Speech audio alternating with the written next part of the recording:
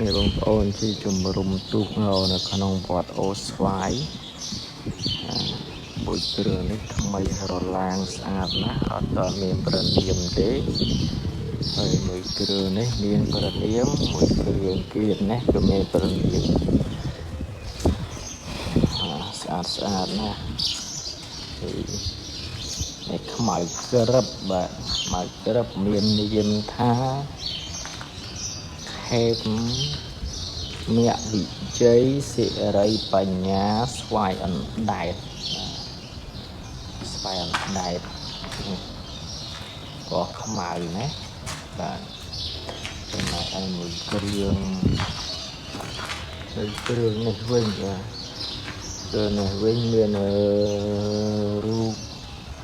មនុស្សស្រីទេពស្រីរូបទេពស្រីផងគឺមាននាមនៅខាងក្រោយនោះបាទស្អាតដែរមាននាមសុវណ្ណនៅខាងមុខយើងចាំមើលសុវណ្ណអីគេបាទសុវណ្ណភូមិបាទសុវណ្ណភូមិវិជ័យសិរីបញ្ញាណា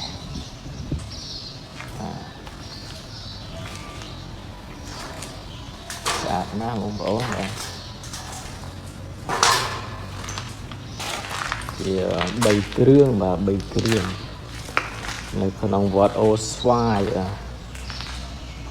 យនៅស្រុកកងមាស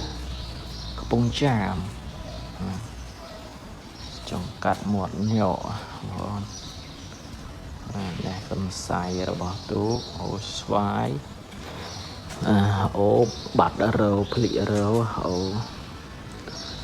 សបោដើមស្វាយច្រើននៅក្រោមឧបដ្ឋានសាលាបុណ្យបង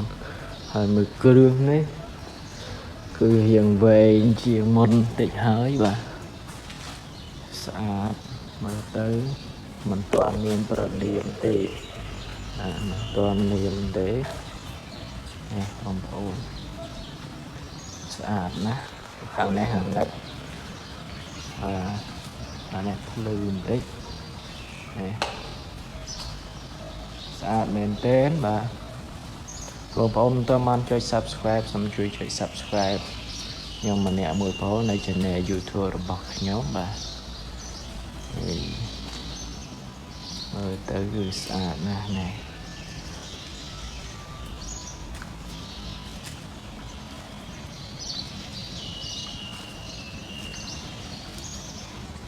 ទៅស្អាតល្អ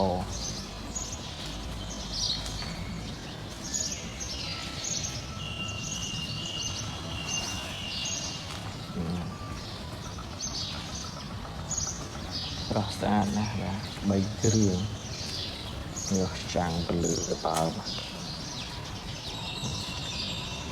3គ្រឿងបងប្អូន3គ្រឿងនៅវត្តអូស្វាយនេះទិដ្ឋភាពវត្តទៅខាងសងបរិវិហារបានខឿនស្អា